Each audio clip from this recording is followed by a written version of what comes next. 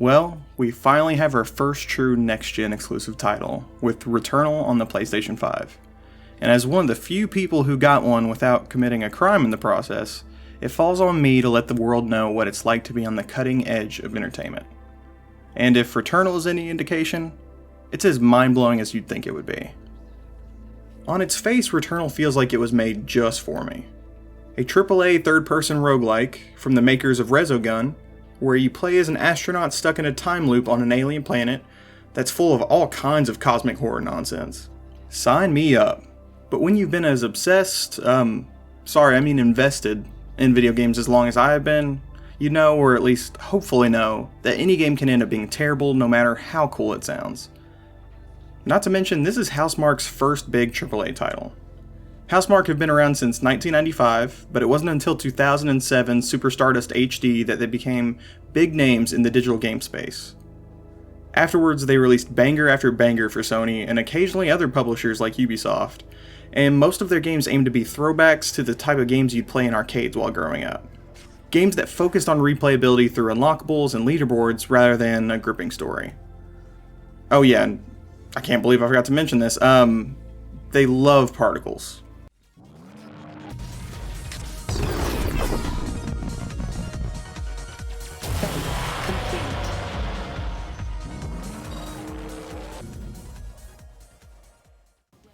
After the release of 2017's Nex Machina and Matterfall, Housemarque moved on to developing an ambitious AAA title, and a Battle Royale.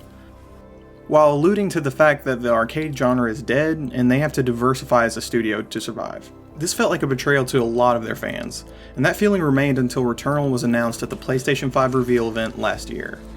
Even then, the footage shown of Returnal didn't really impress a lot of people. Fans of Housemarque weren't sure that it would have the arcade feel of past titles, and others who mainly stick to the AAA space weren't sold on the story and vibe of it either. Personally, I could see enough of the old Housemarque and Returnal for me to be at least interested, even if I wasn't sold on the brief bits of story and storytelling shown yet. For most games, you won't know how good the game actually is until you put your hands on it, and that's especially true for Housemarque's titles. Returnal was a title that I was always interested in, but until I actually put my hands on it, I wouldn't know how it turned out. And that leads us to what is definitely Returnal's biggest hurdle to cross: the price.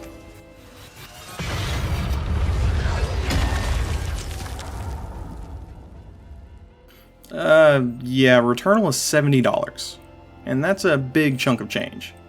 Sony started this, let's call it a next-gen tax last year with the PS5 version of Demon's Souls. It's only $10 more than what has become the standard for games in the past decade and a half, but something about that $10 difference seems absolutely massive. In Demon's Souls' case, you at least knew what game you were getting and how long it would take to complete due to it already being released on the PlayStation 3. Returnal did not have that going for it. And on top of that, it's a roguelike, which are normally priced around $20 to $30. Even I was skittish about paying $70 for it, but damn am I glad I did. Although that might not be the case for you, so without further ado, let's dive into Returnal.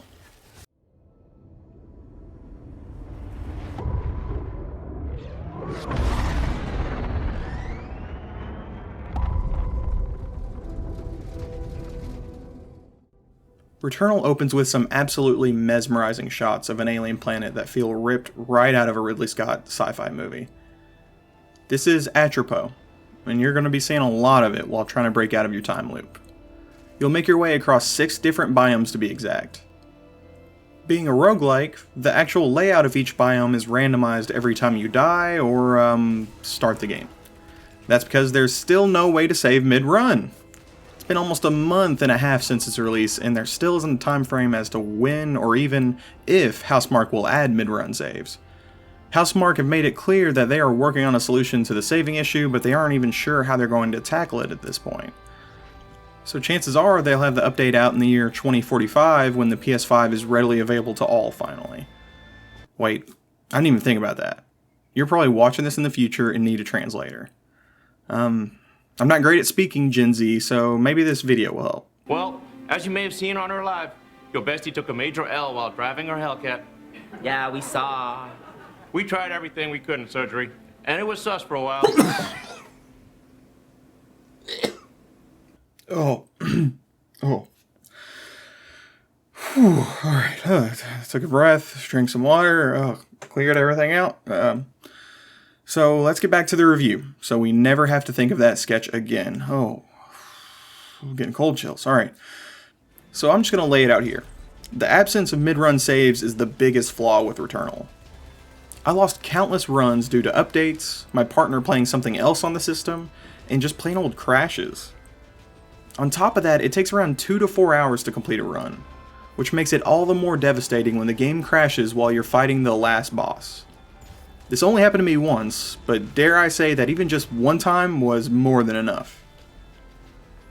With that, I bet you're wondering if Returnal is enjoyable enough on its own to put up with the threat of losing your progress at any moment. Well, it's difficult for me to say in all honesty, because you might value your free time more than I do. But personally, I would say 100% yes.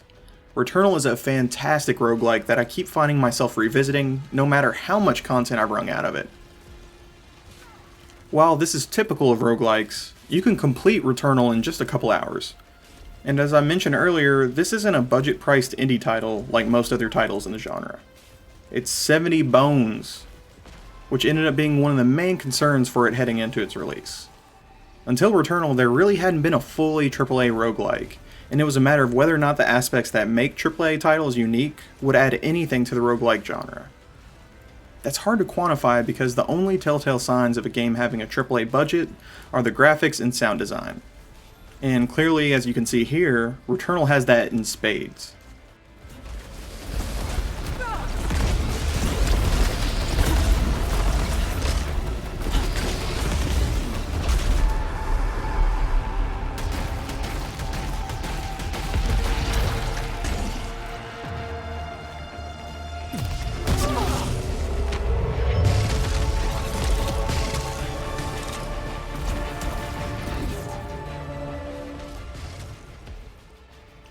The visuals of Returnal are some of the best we've seen so far in this next generation, and it runs at an almost locked 60 frames per second.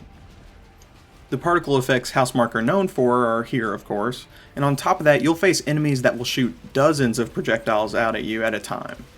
It's truly a sight to behold when the game turns itself to 11 and there's so much going on that you develop ADHD trying to keep up with it.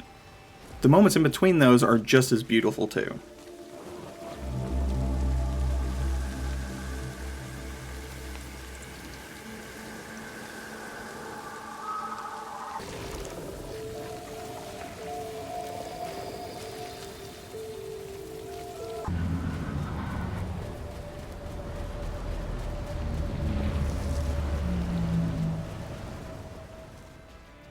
I was not prepared for the oppressive atmosphere the game achieves in all of its biomes. As you find out more and more about Atropos and its denizens, the darker it gets, and inevitably the more you'll get absorbed into finding out what actually happened on the planet. A large part of that is the slight bits of story you get about the planet through audio logs, but it primarily comes down to the art design. On a pure technical level, Returnal looks fantastic, but the art design is what will stick with you. If you like tentacles, well, have I got a game for you. Huh? Recording what? Do they like what? With tentacles? Did you say hentai? Okay, cut this out. I made a montage of the tentacles already, and well, I don't really want it to go to waste, so here you go.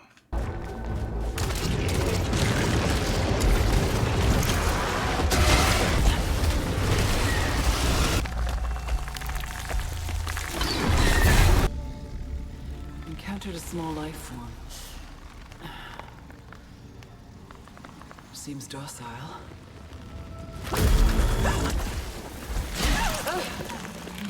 But yeah, if you're like me and terrified of the ocean and Cthulhian mythos, Returnal is the game for you. The alien ruins you explore on Atropos offer nothing but foreboding atmosphere, and it's not uncommon to find yourself creeped out when you're not gunning down baddies. That could be from any number of things though. It could be the mysterious astronaut that follows you around, the many audio logs you find that were left behind by crazed versions of your past self. It can be a lot to take in at times. But I love being creeped out, so I couldn't wait to find out what lay behind each and every dark corner I came across. Wait, I skipped past that whole mystery astronaut thing, didn't I? That makes this as good a time as any to get into the story. You play as Celine Vassos, an interplanetary explorer who finds herself stranded on Atropos after investigating a mysterious signal called White Shadow. While exploring the planet, she finds herself plagued by visions of her past and this creepy astronaut, and it's up to you to piece together what is actually going on. Other than the occasional cutscene, most of the story is told through these first-person sequences inside her childhood home.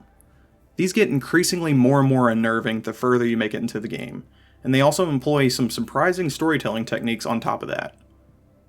I was so ready to fall in love with this game's story, the creepy sequences inside the house, the dead alien society you were exploring, what's actually going on with that astronaut.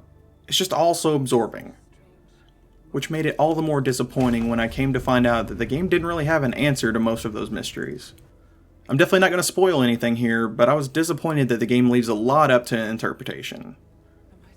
All of the answers I was looking for just seemed to be hand-waved away, and the answers I got weren't all that satisfying. Even if the destination wasn't great, the journey leading up to it kept me intrigued the whole way, and the gameplay was more than willing to carry the weight. Finally, we've reached my favorite part of Returnal, the gameplay. The creme de la creme. That shooty bang bang. I can assure you that the shooty bang bang is very good in Returnal. Like, really good.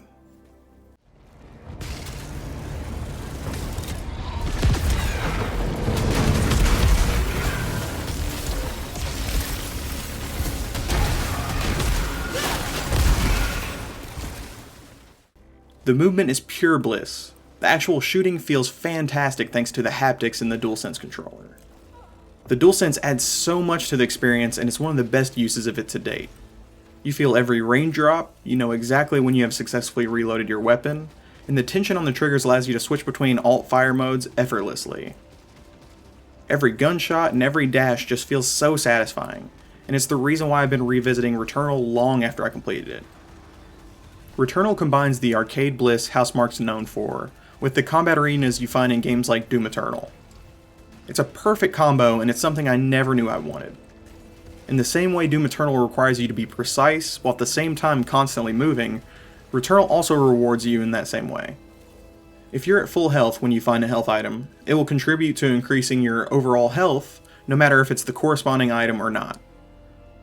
So if you make it through a combat encounter without being hit, chances are you will actually get your health increased by the end of that. Small touches like this push me to perfect combat encounters, because the rewards ended up being so beneficial. It really is just hard to describe exactly how great Returnal feels, because it really is something you just need to get your hands on to truly understand. But at the end of the day, no matter how great the gameplay is, Returnal is still a $70 title, on top of the $400 to $500 price tag of the PS5. And that might be even more if you buy a PS5 from a reseller. Leading into its release, my two biggest concerns with Returnal were if it would have enough content for a $70 title, and if Housemarque can develop a well-designed roguelike. Turns out, the answer to both of those is actually yes, and one of the major proponents of Returnal actually being a great roguelike is how great its progression loop actually is. One of the main proponents of that is how Housemarque actually wants you to complete the game. Most roguelikes have so many items and weapons, collecting all of them is basically unfeasible. In comparison, Returnal has around 20 items and close to a dozen weapons. That might not seem a lot when you compare it to other roguelikes such as Binding of Isaac, which have hundreds of items at this point. But the smaller item and weapon count in Returnal is reasonable when you compare it to similar roguelikes. But it takes a point of informing the player how far they've progressed and how far they still need to go. This can be as simple as notifying you how many items you've unlocked when discovering a new one, or in a much larger and more important way, you'll almost constantly be seeing areas you can't get to until you unlock the corresponding upgrade. Yeah, you heard me right. This game's a Metroidvania too. You'll find occasional items that will allow you to circumvent barriers run to run, but when reaching major milestones throughout your journey, you'll receive a new permanent upgrade that could give you the ability to grapple to new areas, or even this dope-ass sword that allows you to cut through these vines, or just, cut these tentacle guys. These permanent upgrades give you the option to explore more of the environment, which in turn gives you more opportunities to find better items and weapons in that run. It's very similar to the progression in From Software's titles, where you get your ass kicked for the first dozen or so hours, and once you get your footing and some upgrades under your belt, you'll make your way to the end of the game in no time. But describing my time with the Soul series as such overshadows how much money I spent on a therapist getting through Sekiro, but it's an accurate description of my time with Returnal. There's a lot of systems to figure out in Returnal, but once you get the hang of the combat and the movement, completing the game isn't too far off.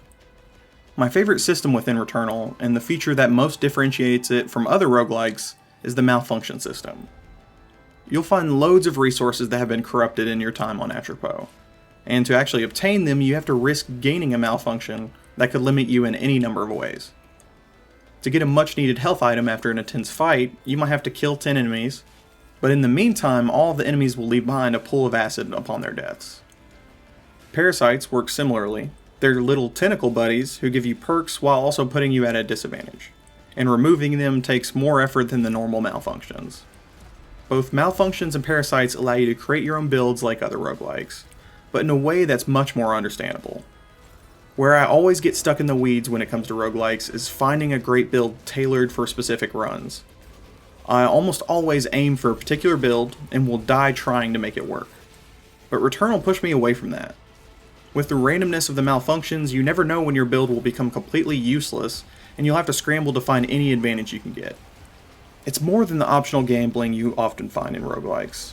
It becomes so entangled with the actual gameplay that you'd be a fool to ignore it for too long on your journey. So yeah, I would consider Returnal the first great PS5 exclusive. And Housemarque managed to create an ingenious take on the typical roguelike. It's strange, ethereal, and spooky as all hell even 40 hours in. If you weren't into roguelikes before, and you haven't gotten scared off by my near constant mention of them, I think this is the game for you. It does such a great job of introducing the genre to new players, by combining it with the linear, action-packed experience you get out of a typical Sony title. But at the end of the day, the gameplay is what manages to stand tall above all else, and it's one of the most pure fun games I played in what seems like forever. Which is why I'm going to give it my prestigious award of 5 tentacles out of 5. First off, I want to apologize about the delay in this video. I was wanting to have it out by last Friday, and things kept coming up, so I had to push it back to this Friday. But I'm hoping to stay back on track for the next couple weeks because there's a lot of stuff I want to cover. A lot of reviews, primarily. So if you want to see reviews of, this big lump of games we just got, stick to this channel. But next week, I'm going to be reviewing what I'm going to say is the absolute craziest game of 2020. And, yeah, if you've watched my live streams, you probably know what it's going to be. So join me next week. And follow me on Twitter, Twitch, check out my Patreon. I just got a new Patreon subscriber, Ken Jewel, which I appreciate a lot. Yeah, and I want to thank you for watching this video. If you liked it, don't forget to like, subscribe, and also comment down below any questions you have, because I'm thinking about using questions for this endpoint of this video when I just, go through patrons and, etc. But yeah, thanks for checking this out, and I will see you next week.